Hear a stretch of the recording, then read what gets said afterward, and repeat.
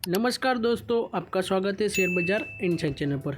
चलिए आज के क्वार्टर 2 के रिजल्ट के अपडेट की शुरुआत कर लेते हैं। सबसे पहले बात करूं NHPC, तो इनका क्वार्टर 2 का रिजल्ट आ चुका है। कंपनी की सेल्स देखें तो पिछले साल क्वार्टर 2 में थी 3052 करोड़ रुपीस, जो इस साल क्वार्टर 2 में हो चुकी है 3365 करोड़ रुपीस।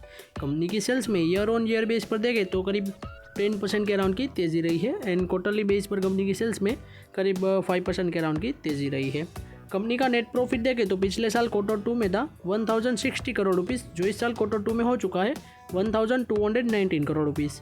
कंपनी के नेट प्रॉफिट में ईयर ऑन ईयर बेस पर देखें तो 15% की तेज़ी रही है एंड क्वार्टरली बेस पर देखें तो करीब 7.78% की तेज़ी रही है।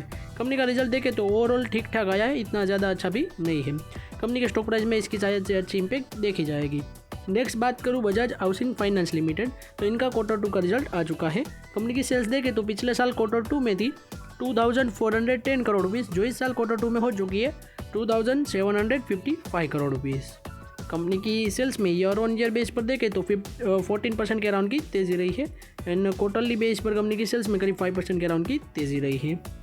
कंपनी का नेट प्रॉफिट देखें तो पिछले साल क्वार्टर 2 में था 546 करोड़ रुपीस, जो इस साल क्वार्टर 2 में हो चुका है 643 करोड़ रुपीस।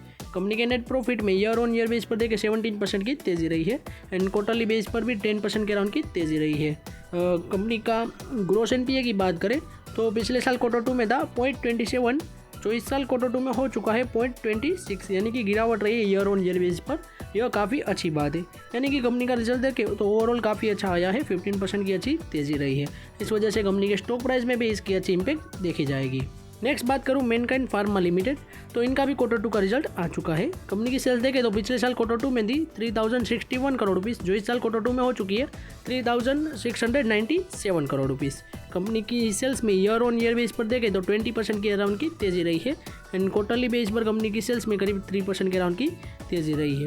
कंपनी का नेट प्रॉफिट देखें तो पिछले साल क्वार्टर 2 में था 659 करोड़ रुपीस, जो इस साल क्वार्टर 2 में हो चुका है 520 करोड़ रुपीस, यानी कि गिरावट रही है। कंपनी के नेट प्रॉफिट में करीब 21% के अराउंड की गिरावट रही है ईयर ऑन ईयर बेस पर एंड क्वार्टरली बेस पर देखें तो कंपनी के नेट प्रॉफिट में तेज़ी रही है 16% के अराउंड की। कंपनी का रिजल्ट देखें तो मेरे हिसाब से ईयर ऑन ईयर बेस पर नेट प्रॉफिट में गिरावट रही है, इसलिए इतना अच्छा नहीं कह सकते और इनके स्टॉक प्राइस में भी शायद से मेरे हिसाब से नेगेटिव इम्पैक्ट देखी जाएगी।